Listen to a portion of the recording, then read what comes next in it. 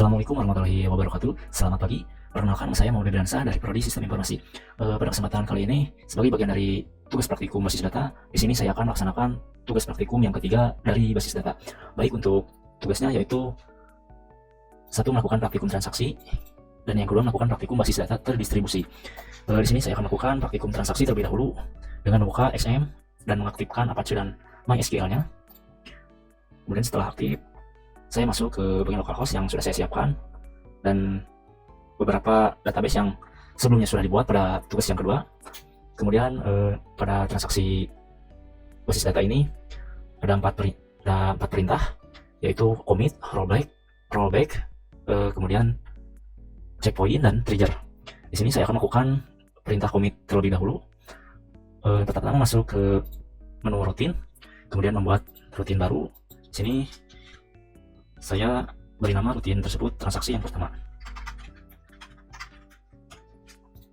Kemudian parameternya drop. Di sini saya sudah menyiapkan beberapa catatan untuk mempercepat praktikum ini, yaitu sebuah perintah untuk menguji commit tersebut, di mana kita akan menguji data transaksi yang tidak memakai commit dan yang memakai commit. Untuk yang pertama saya akan lakukan dengan melakukan tanpa commit. Di sini saya sudah sediakan perintah SQL-nya. Kemudian masukkan pada parameter. Kemudian di sini terlihat bahwa saya memasukkan data nama yang baru, yaitu nama Febri, ke table pasien. Dan di sini perintahnya tidak terlihat ada perintah commit atau pernyataan commit. Di sini saya akan klik go. Kemudian di sini saya akan memanggil transaksi ke satu. Apakah ada perubahan?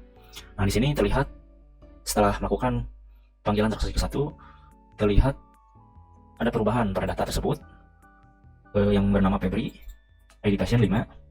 Kemudian kita lihat pada tabel pasien apakah ada perubahan. Nah, di sini jika kita tidak melakukan perintah commit pada perintah SQL yang dilakukan di rutin, pada tabel pasien tersebut tidak akan terjadi perubahan.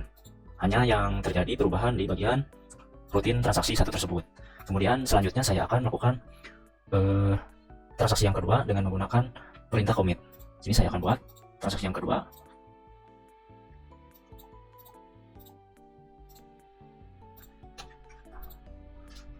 Di sini saya tambahkan perintah commit tersebut dan klik go. Dan selanjutnya saya akan panggil transaksi kedua tersebut. Pada transaksi kedua tersebut tidak terjadi perubahan, dan kita lihat pada tabel pasien apakah terjadi perubahan, dan di sini terlihat terjadi perubahan setelah menggunakan perintah commit tersebut. Selanjutnya yaitu kita akan melakukan perintah dari rollback. Rollback sendiri yaitu artinya membatalkan sebuah perubahan data yang akan dilakukan. Kemudian di sini saya masuk ke bagian rutin dan melakukan pembuatan transaksi yang ketiga. Dan di sini saya sudah menyediakan perintah dari rollback, di mana saya akan memasukkan data yang ke-6 yang bernama 5. Kemudian di sini terlihat pernyataan rollback saat memasukkan data 6 ini. Setelah itu saya akan melakukan perubahan pada nama pasien Sinta, di mana ID tersebut yang memiliki ID 4. Sebelumnya kita lihat pada ID 4 tersebut nama pasiennya Silpi. Kemudian saya akan melakukan perubahan data pada ID pasien 4 ini dengan nama pasien Sinta. Saya akan balik lagi ke bagian rutin, transaksi 3, kemudian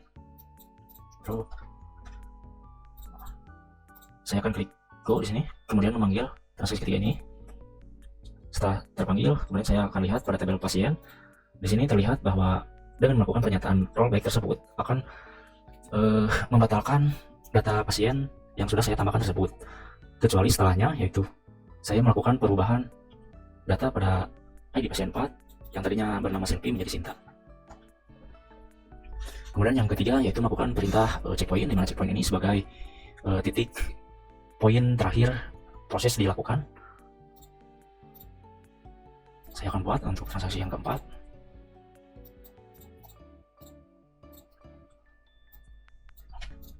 Di sini saya sudah menyediakan sebelumnya data-data yang akan dimasukkan, di mana di sini terlihat checkpoint yang pertama ini untuk data ID pasien yang ke-6. Kemudian di sini saya melakukan rollback untuk titik poin terakhirnya, yaitu di data ke-6 ini, dan saya akan melakukan commit pada ID 6 ID 8 maksudnya, yang bernama Anissa. Dan kita lihat apa yang terjadi. Kemudian saya panggil terlebih dahulu transaksi keempat ini. Nah, di sini terlihat pada transaksi keempat ini untuk pasien ID ke-7 tersebut yang bernama Asep tidak terjadi perubahan dikarenakan saya menggunakan rollback, dan untuk titik poinnya di mana saya menempatkannya di data ID pasien yang ke-6. Jadi hanya terjadi dua perubahan, yang tadi commit dan save checkpoint yang pertama tersebut. Kemudian yang keempat, selanjutnya saya melakukan perintah dari trigger, di mana trigger ini sebuah perintah yang memicu perubahan data, di mana perubahan data ini dipicu dengan kata kunci before dan after. Kemudian saya akan lanjut menambahkan sebuah data table, di mana saya sudah menyiapkan table tersebut yang bernama obat dan transaksi obat. Sini terlebih dahulu saya menambahkan table obat. Kemudian yang kedua, transaksi obat, dan saya isi obat tersebut, table obat tersebut dengan beberapa atribut.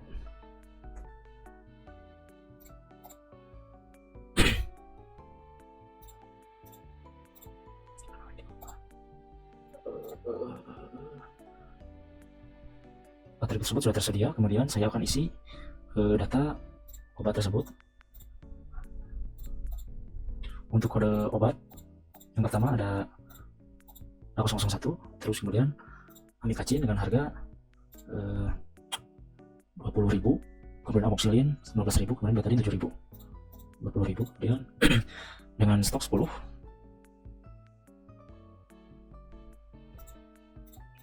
Untuk ID yang kedua saya tambahkan juga amoxicillin 11.000, kemudian yang ketiga betadine dengan harga 7.000 dengan stok 5. Sini saya akan klik go. Sini terlihat saya sudah menambahkan beberapa obat tersebut. Kemudian selanjutnya saya akan melakukan relasi antar table. Sini saya akan menentukan foreign key-nya.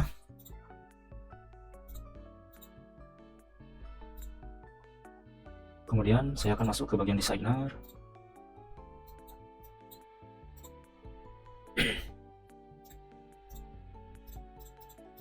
Dan melakukan relasi antar table tersebut.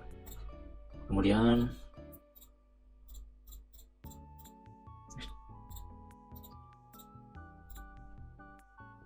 transaksi obat.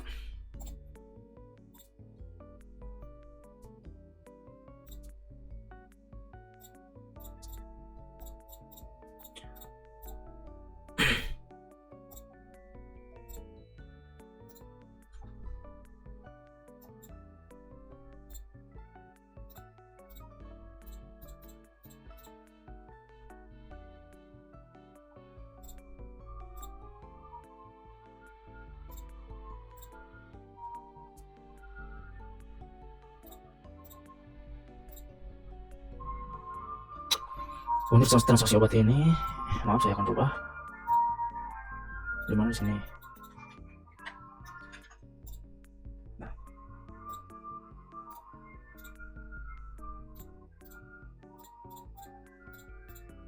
Kembali ke ranking. Nah. Kemudian selanjutnya saya akan melakukan trigger tersebut dengan masuk ke bagian trigger, kemudian menambahkan trigger baru di mana transaksi yang kelima ini aktif jual. Kemudian sini time-nya after, dimana trigger ini aktif setelah data dimasukkan. Sini saya sudah menyediakan perintah SQL tersebut.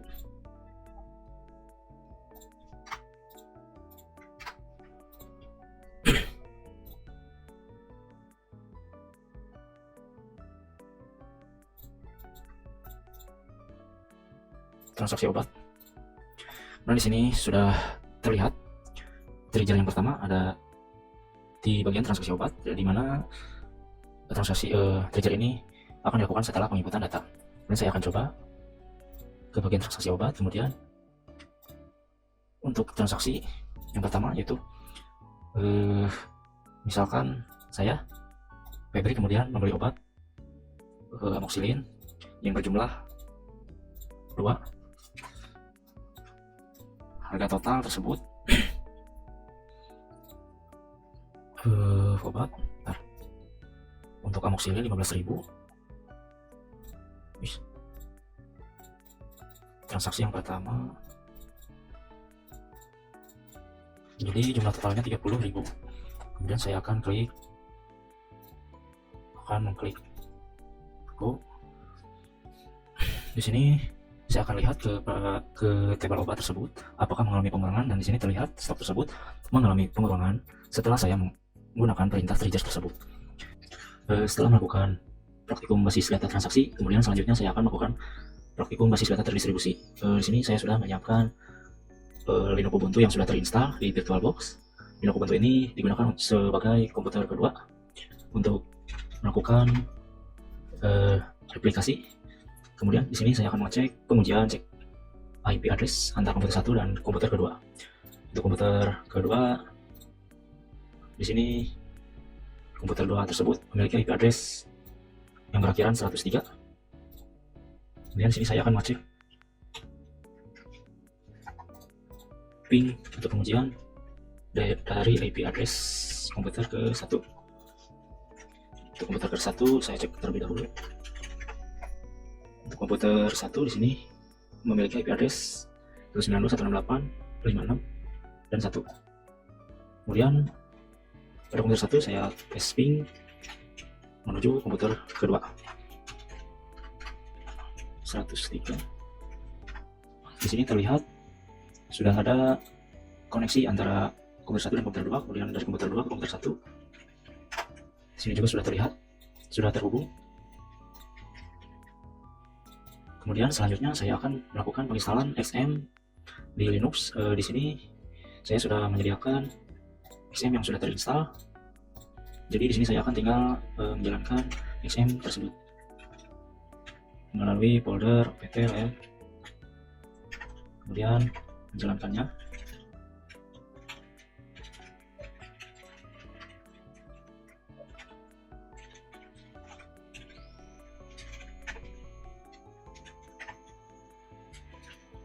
Di sini saya coba jalankan modul dari Apache dan MySQL.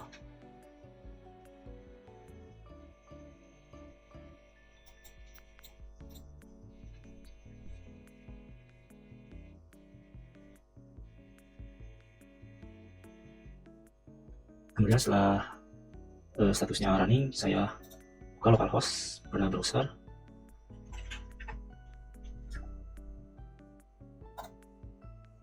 Di sini saya akan melakukan impor basis data dari basis data komputer 1. Di sini saya akan menghapus basis data sebelumnya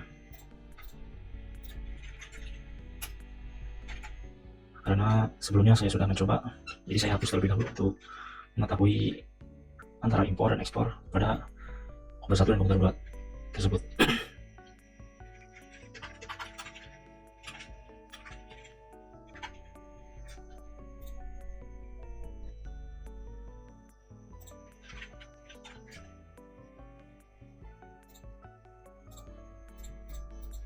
Di sini terlihat belum ada database dari database komputer 1. Kemudian di sini saya akan melakukan ekspor pada komputer 1. Masuk ke server localhost, kemudian masuk ke ekspor. Kemudian di sini tulis nama template.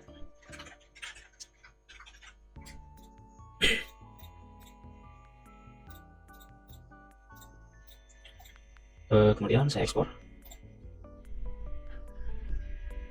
Oh maaf, harusnya di database rumah sakit. Masuk ke ekspor. Sini rumah sakit. Sebelumnya template-nya sudah ada, kemudian saya update, kemudian ekspor. Setelah itu saya masuk ke folder download tadi. atau file yang sudah diekspor. Ini saya salin ke folder sharing komputer kedua. Sini saya paste, kemudian masuk ke komputer kedua. Di sini file sharing belum aktif, saya aktifkan terlebih dahulu. Sudo VBox VirtualBox.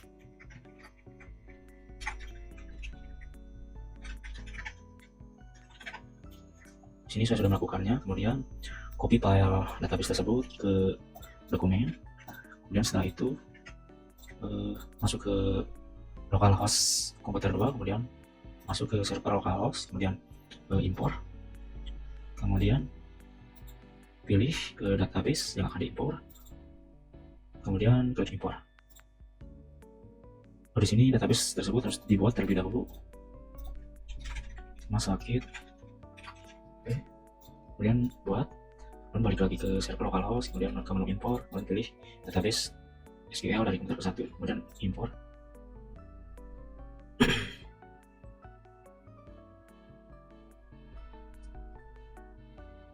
Di sini harus melakukan terlebih dahulu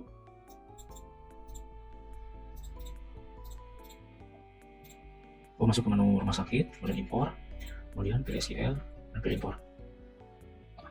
Sini sudah terlihat tabel-tabel dan atribut sudah terimpor dari komputer 1. Kemudian setelah ini saya akan masuk ke localhost komputer 1 untuk melakukan replikasi. Masuk ke phpMyAdmin, masuk ke menu replikasi, kemudian pilih configure, kemudian pada dropdown ini pilih ignore all database, kemudian klik rumah sakit. Setelah ini masuk ke XM, masuk ke konfigurasi MySQL, ini, kemudian salin status dari replikasi tersebut, salin ke bawah log error. Sini sudah tersalin, kemudian save, kemudian restart XM dari MySQL dan Apache. Setelah terrestart, klik go pada replikasi, kemudian setelah ini lihat status primary tersebut. Kemudian di sini tersedia variable value, di sini akan digunakan untuk ke replikasi komputer kedua. Kemudian di sini add replikasi user, kemudian tambahkan user Febri, kemudian alamat IP localhost tersebut atau komputer kedua, kemudian passwordnya, kemudian klik go. Di sini sudah tersedia akun tersebut yang sudah saya buat sebelumnya. Jika sudah terbuat, masuk ke menu replikasi lagi, kemudian pada replication, klik menu configure, kemudian salin status server ID tersebut ke konfigurasi ini, kemudian salin ke di atasnya server ID 1, kemudian save. Kemudian di sini tulis username, password, IP komputer 1, kemudian restart modul Apache dan MySQL tersebut. Setelah di restart, kemudian klik go. Di sini abaikan saja, kemudian masuk ke komputer kedua untuk konfigurasi replikasi. Sini sudah jalan, kemudian masuk ke menu replikasi, masuk ke change atau reconfigure primary server, kemudian masukkan Febri, kemudian masukkan password, kemudian masukkan IP.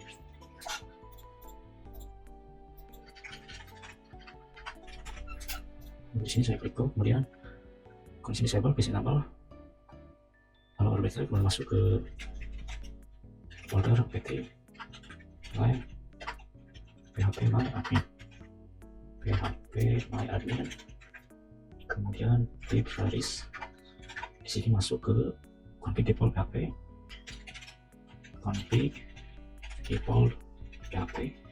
dan di sini ubah yang tadinya false menjadi true. Di sini saya sudah melakukan perubahan sebelumnya.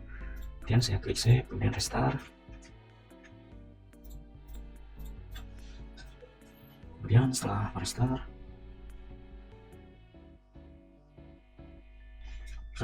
tersebut berhasil, kemudian reload, kemudian masuk ke folder pt rem, kemudian etc. Ya. Kemudian bin di sini saya masuk ke MariaDB, MySQL, root, kemudian masukkan beberapa perintah, change, so, status lab, dan stop slab, kemudian masuk beberapa perintah, change master to, kemudian master host 92, ini mau ke IP ke 1, kemudian master user tadi PB, kemudian master password, masukkan password yang tadi sudah dibuat di komputer ke 1, kemudian master log file, masukkan status value dari file komputer 1, MySQL bin 10, kemudian master log post, masukkan posisi value tersebut di komputer 1 342, kemudian klik enter dan start slab, kemudian masuk ke menu replikasi, kemudian reload, kemudian cek status replikasi. Di sini slab view running yes, kemudian slab SQL running yes. Kemudian di sini saya akan melakukan perubahan data. Apakah akan merubah data pada komputer kedua tersebut sehingga terjadi yang namanya distribusi basis data tersebut. Kemudian di sini saya masuk ke menu tabel obat, kemudian saya akan masukkan obat baru yang bernama paracetamol, kemudian harga 30.000, kemudian stok 100. Sini saya tambahkan. Di sini sudah terlihat saya menambahkan obat baru paracetamol pada komputer 1, kemudian saya akan lihat obat tersebut pada komputer kedua. Di sini juga sudah tersedia obat paracetamol dari komputer 1 ke komputer 2, sehingga komputer 1 dan komputer 2 tersebut sudah terhubung, saling memproses data. Tetapi hanya komputer 1 yang dapat merubah data tersebut sebagai master. Kemudian hanya itu yang bisa saya sampaikan mengenai praktikum basis data terdistribusi. Terima kasih atas waktu dan perhatiannya. Wassalamualaikum warahmatullahi wabarakatuh.